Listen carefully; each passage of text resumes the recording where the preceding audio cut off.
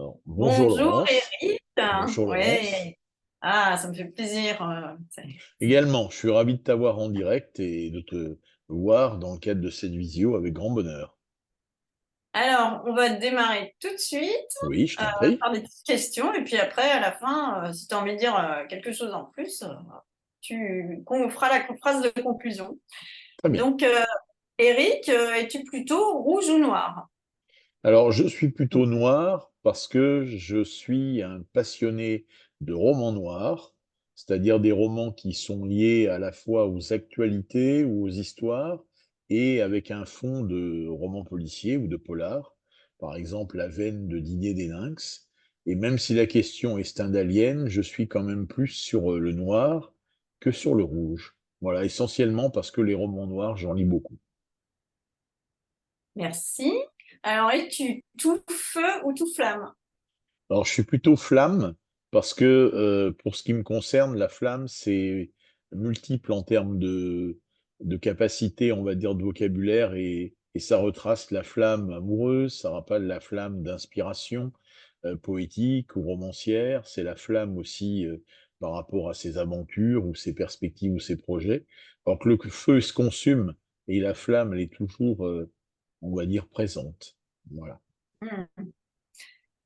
Es-tu plutôt classique ou chemin de traverse? Alors, je suis plutôt chemin de traverse. À la fois, c'est des chemins de traverse qui m'ont permis de te découvrir et de te rencontrer, et c'est des chemins de traverse qui m'ont permis de voir des auteurs un peu différents et qui sont pas forcément dans des cadres. Donc, je suis quand même très chemin de traverse. Et en plus, c'est un beau terme, parce qu'à Lyon, où je travaille et vis, il y a ce qu'on appelle des traboules qui permettent de passer d'un lieu à l'autre sans que on nous repère. Et le même vocable à Saint-Étienne s'appelle traverse.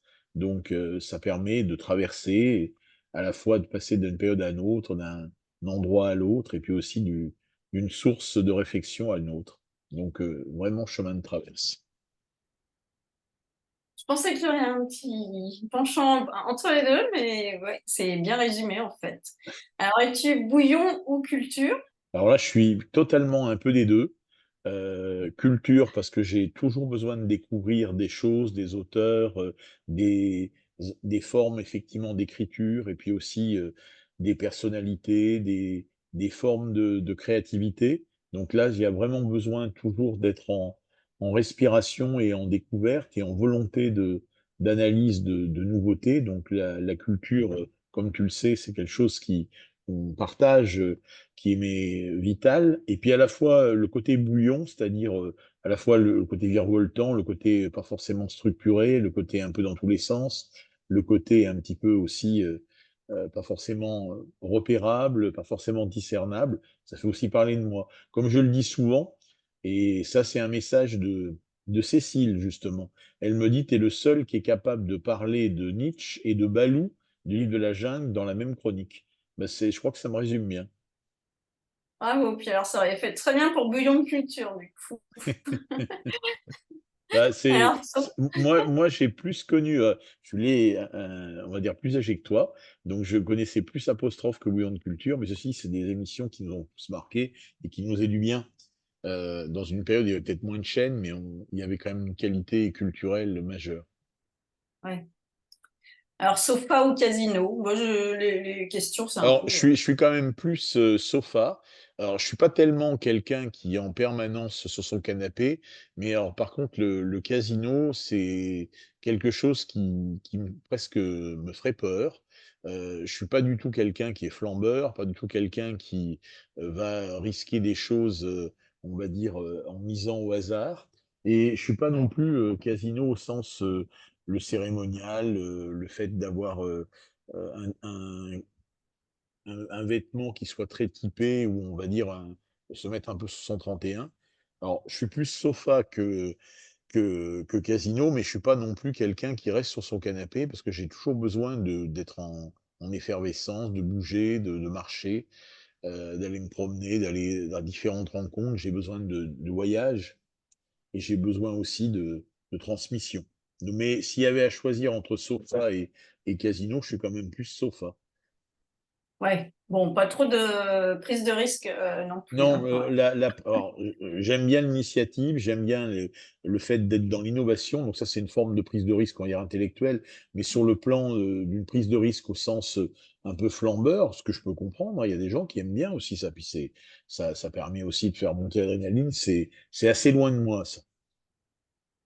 Ok, alors histoire ou série noire? Bon, ça va recouper un petit peu la Alors, première j'ai un peu question. les deux. L'histoire, c'est fondamental.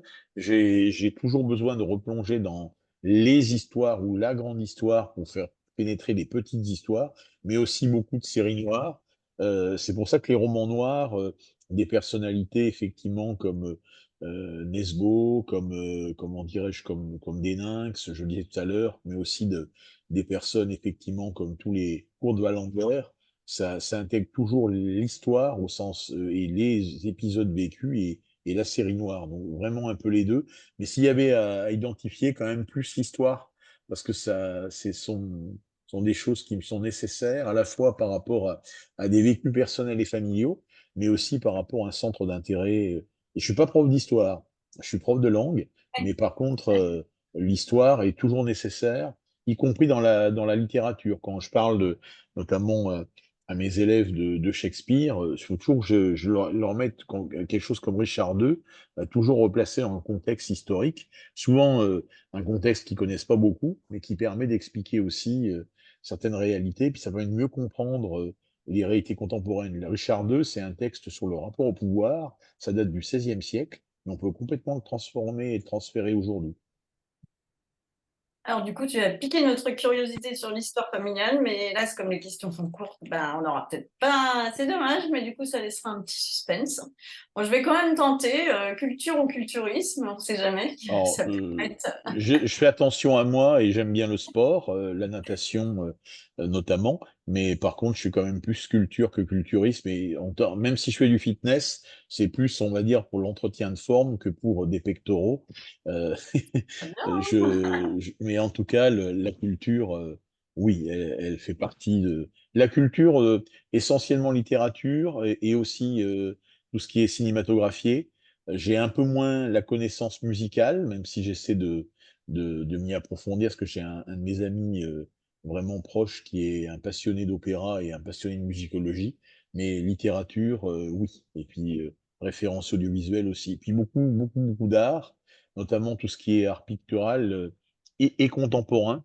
Je pense être assez passionné, même plutôt pas trop mauvais en termes de compétences et de connaissances sur ce sujet-là.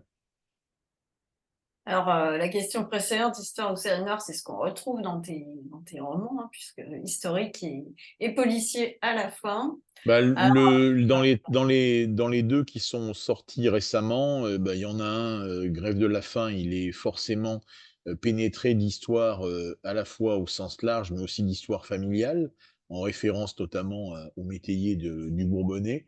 Et dans Morin d'Ébie, ben, c'est plus, quelque chose qui m'intéressait, c'est-à-dire de parler des engagements souvent, on va dire contestables, souvent coupables, mais de personnes qui sont allées, dans des dérives, mais aussi ont vécu avec des tas de choses qui pouvaient les inciter à être sur ces dérives et à la fois essayer de sans jugement, mais de replacer les contextes et de revoir comment se plaçait l'histoire à ce moment-là. Et c'est aussi quelque chose qui sont applicables aujourd'hui, hein.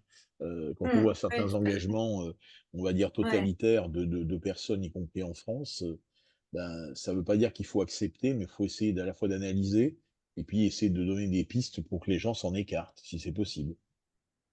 Bah oui, c'est ouais, c'est une très bonne voie. Alors, par contre, tu as parlé d'engagement. Je voulais aussi parler d'engagement en ce qui te concerne, mais parce que ta vie, en fait, est un engagement dans plein d'activités, quoi, Ben, culturelles, comme toi, engagement à la politiques. fois culturel, par l'écriture, par la Engagement pour relation, les autres, par oui, l'enseignement, par mon métier, puis j'ai aussi un peu d'activité syndicale pendant quelques années, voilà, ouais, donc voilà, tu mais t'engages beaucoup pour voilà, la et puis communauté, quoi. mmh. Ouais, pour Et les autres. puis la notion de partage. Partage Voilà. notamment, bah, que c'est le partage, que le plaisir d'être en contact avec toi, de découvrir aussi tes inspirations et tes univers, et puis de se transmettre aussi nos pistes, nos réflexions, et c'est ces partages-là culturels et puis aussi d'animation, et puis, de relations sociales, c'est nécessaire. Et j'essaie de faire en sorte que des brodinages, le blog littéraire soit aussi un instant de partage, de façon à faire en sorte que ce qui est écrit dedans ou décrit dedans, bah, ça permette à des personnes soit de s'aventurer dans la chronique en disant: «Bah, tiens, est-ce que ça m'interpelle? Est-ce que j'ai envie de suivre ces pas?» ou alors éventuellement d'émettre des avis qui sont divergents. Même si ce que dont je parle, c'est rarement des choses qui sont liées à des actualités, on va dire, je parle assez peu de best-sellers, assez peu de têtes d'affiche, mais par contre, c'est de faire découvrir autre chose. Moi, j'ai notamment dans ce que tu as écrit en Sans allégeance, ça sont des choses qui m'ont touché et donc ben, j'aime bien parler de choses comme ça pour qu'on puisse avoir des moments de transmission qui soient un peu différents des réseaux habituels qui parlent toujours un petit peu des mêmes et qui ont parfois un peu trop d'entre-soi.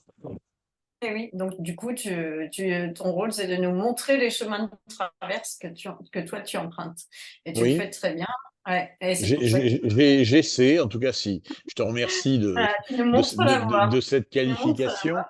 mais en Mais tout cas c'est rien que lire, tes chroniques des fois, bon, on a envie de tous les acheter évidemment. Quand on lit tes chroniques, on a envie d'acheter tes livres, mais bah, comme on peut pas tous les acheter, déjà, on est satisfait rien qu'en lisant tes chroniques parce que ça, c'est toute une histoire à chaque fois. c'est gentil. Bah, les chroniques, c'est à la fois des coups de cœur et puis à la fois des analyses quand le coup de cœur est moins présent et puis des ouvertures sur des univers assez différents.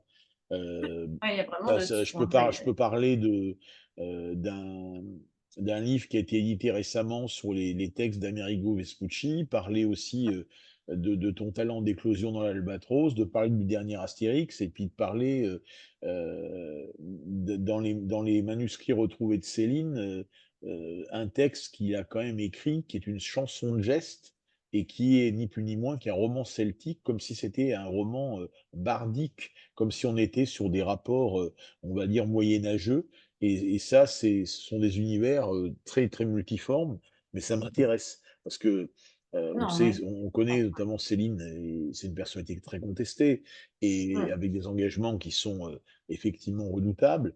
Par contre, c'est quelqu'un qui a quand on a retrouvé, des manuscrits, sur une légende celtique, personne n'aurait misé le Oui, fait qu'il ait c'est ce type ouais, d'inspiration, quoi. Et ouais, bah, c'est il écrit comme au Moyen incroyable, Âge.